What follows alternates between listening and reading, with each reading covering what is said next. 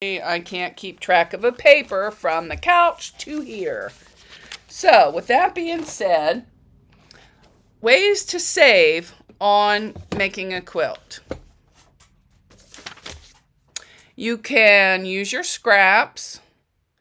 You can go to thrift stores. And when I say go to a thrift store, I don't mean looking for fabric, although you can find a lot of fabric at thrift stores. When I go to a thrift store, I look for nice looking men's shirts. I look for women's skirts. When I see fabric, I just look for anything that has fabric, curtains, sheets, anything. And then I look to see if it's a good quality cotton. And if it is, and I like it, boom, there we go. I got fabric.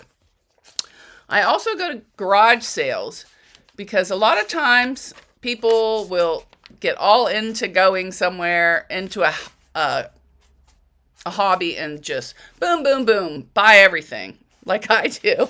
And then they decide they don't want to do it. So that's another good place.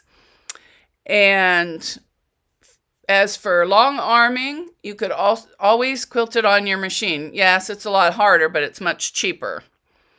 And the other way I save is I buy my batting by the bolt now, or by the big, huge roll. Although I still have a bunch of sizes to use up. And I wait until they're on sale, like at least 50% off. And when they're on sale, that's when I buy my batting. But you could also use fleece. I've used fleece in a quilt before when I didn't have batting and didn't have the money to buy it. So that's another way. I've used curtains in a quilt. I'm making one back there that I used a bed skirt. I cut the middle part out and the fabric or all the way around is still good. I'm using that for a quilt. I bought the curtain was in my stash, but I've bought curtains before. I've made tote bags out of curtains. You can make a quilt out of curtain. You know, just make sure it's not that rubber back stuff. Ask me how I know. I tried to make a tote bag out of a rubber backed one of those like black. No, it didn't turn out. It just made a mess. It can be done, but I'll never do it again. So just look for creative ways to get your fabric. And sometimes if you get local and you have a group of friends that sew, you can trade back and forth. I don't, shipping usually costs too much to do that. So I look forward to starting this new quilt, and I'm not going to stay on here long because poor little Bobby's over there. Bobbin is just a howling. So I think the total cost, was $200. It was $199 something, and I will put that in the description when I get off of here so you know the breakdown. Now, not that one. That was all scraps. But the butterfly quilt that I was working on, that didn't cost hardly anything because I got the layer cake on an online sale for like $10.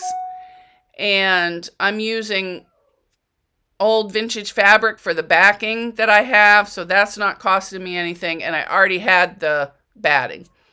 So, and for thread, I don't buy a bunch of specialty thread. I buy Orifil and I buy these giant spools from Waywack, the polyester. I don't use this to piece the quilt, but I do use this when I'm quilting. I like it better. And also, you can buy fabric at Walmart. Don't be a fabric snob. Just get what you like. You know, don't buy anything that you can see through, you know. But other than that, have fun and sew. Bye. Thanks for coming. Oops. I can't find the button.